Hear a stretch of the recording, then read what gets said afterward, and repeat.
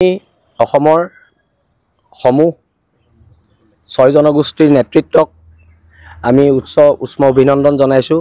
তেওঁলোকৰ ইমান দীঘলীয়া সংগ্ৰামখনৰ এটা সফল পৰিসমাপ্তিৰ দিশে আগবাঢ়িছে আৰু লগতে অসম চৰকাৰক আমি ধন্যবাদ জনাইছোঁ। আচলতে জনজাতিকৰণটো খুব প্ৰয়োজনীয় বস্তু অসমীয়া জাতিসত্তাটো ৰক্ষাৰ বাবে আৰু আমাক ভূমি অধিকাৰৰ ক্ষেত্ৰত অদূৰ ভৱিষ্যতে আমাক সহায় কৰিব আৰু ইমান বছৰীয়া দীঘলীয়া সংগ্ৰাম আৰু এই সংগ্ৰামৰ সফল পৰিসমাপ্তি যে ঘটিছে তাৰ বাবে সকলোকে আমি কংগ্ৰেচুলেশ্যন দিছোঁ আৰু বীৰ লাচিত সেনা অসমৰ মঞ্চৰ পৰাও আমি সকলোকে ধন্যবাদ জনাইছোঁ, যিহেতু বীৰ লাচিত সেনাই পূৰ্বৰে পৰা আমি নৈতিক সমৰ্থন আগবঢ়াই আছিলোঁ এই জনগোষ্ঠীৰ আন্দোলনটোত, যদিও আমি প্ৰত্যক্ষভাৱে জড়িত নাছিলোঁ।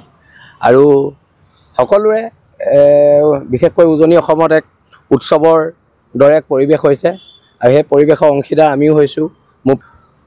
এই যিটো জয় হৈছে এইটো জয় খিলঞ্জীয়া জাতিসত্তাৰ জয় হৈছে আৰু আমি আশা ৰাখিছোঁ এখন আইন অতি শীঘ্ৰে ইমপ্লিমেণ্ট হওক আৰু ইয়াত মুখ্যমন্ত্ৰীৰ ভূমিকা লক্ষণীয় হ'ব আৰু অসম চৰকাৰৰ লগতে অসমৰ মাননীয় মুখ্যমন্ত্ৰী ডাঙৰীয়াক বীৰ লাচিত সেনা অসমৰ হৈ আমি ধন্যবাদ জ্ঞাপন কৰিছোঁ।